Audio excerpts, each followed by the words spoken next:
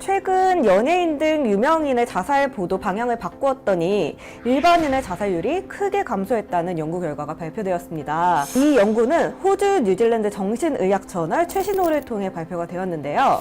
이번 연구를 이끄신 삼성서울병원 정신건강의학과 전홍진 교수님을 만나 그 이야기를 자세히 들어보도록 하겠습니다. 교수님 안녕하세요. 예, 안녕하세요. 저는 성균관의대 삼성서울병원 정신건강학과 전홍진입니다. 이번에 최근 자살보도 권고 기준과 자살예방법 시행 이후에 우리나라에서 베르테르 효과, 모방 자살률이 크게 감소했다는 연구 결과를 발표를 하셨어요. 연구 내용에 대해서 설명을 부탁드릴게요. 사실은 유명인의 그런 극단적인 선택이 보도가 되면은 그것이 일반인들 중에서 굉장히 힘든 상황에 있다든지 또 우울증이나 자살 생각을 가지고 있는 분들이 자극을 받게 되고 여기에 동조하고 영향을 받게 되는 현상들이 생깁니다. 저희가 이러한 현상이 어떻게 지금 변하고 있는지 2008년부터 그 2017년까지 변화를 보면서 분석을 한 그래프입니다. 2008년부터 2018년까지 이렇게 나와 있고요. 그 다음에 좌측을 보면은 한 달 일평균 자살 건수입니다.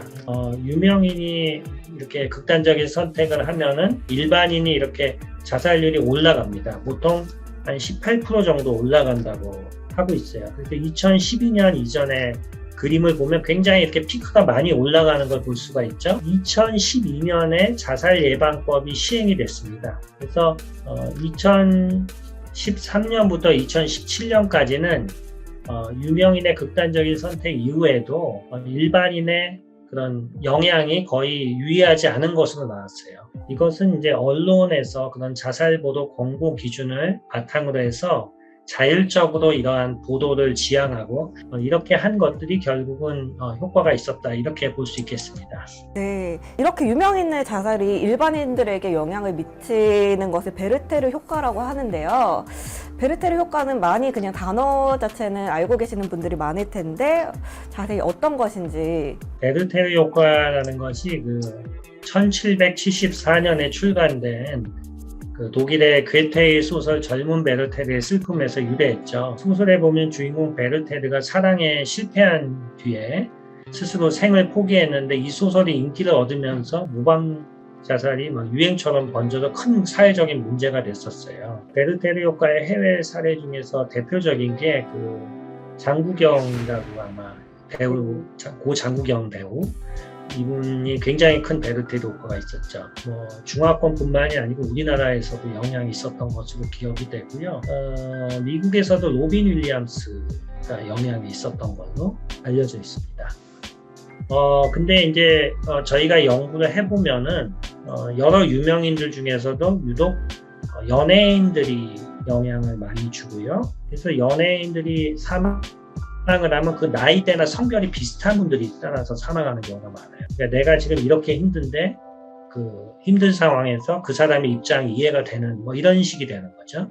거기에 비해서 정치인이나 기업인들 다른 인플루언서는 자기하고 동일시하기가 조금 어려워요.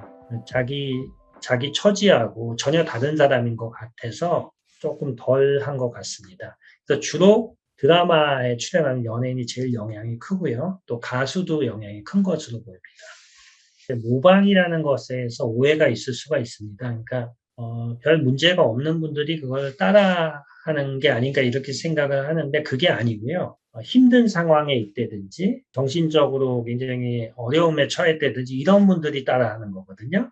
그러니까 그 팬이나 이런 게 아니에요. 그거하고는 좀 다릅니다. 지금 발표하신 연구 결과로 약간 의문을 가지시는 분들도 계실 텐데 이게 뭐 나라가 힘들어져서 아니면 경제가 안 좋아져서 이렇게 좀 자살률이 늘어난 건 아닌가. 지금 이 연구는 그런 것을 다 보정하고 예를 들어서 코스피 지수라든지 실업률, 소비자 물가 지수 그걸 보정하고 나서도 이 영향이 크다는 것을 의미합니다.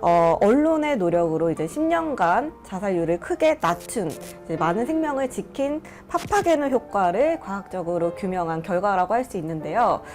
파파게노 효과, 저는 조금 생소한 단어인데요. 그럼 파파게노 효과에 대해서 설명을 부탁드릴게요. 베르테르 효과하고 이제 반대인데요. 파파게너 효과라는 게 마술피리라는 작품이 있어요. 마술피리. 거기서 파파게너의 연인인 파파게나가 이제 극단적인 선택을 하려고 할 때 요정이 불러주는 뭐 희망의 노래를 듣고서 그거를 이겨냈다. 이런 내용인데요. 그래서 언론이 그러한 것을 자세히 기술하지 않고 보도를 갖다가 아주 신중하게 했을 때 예방에 기여할 수 있다는 그런 것입니다.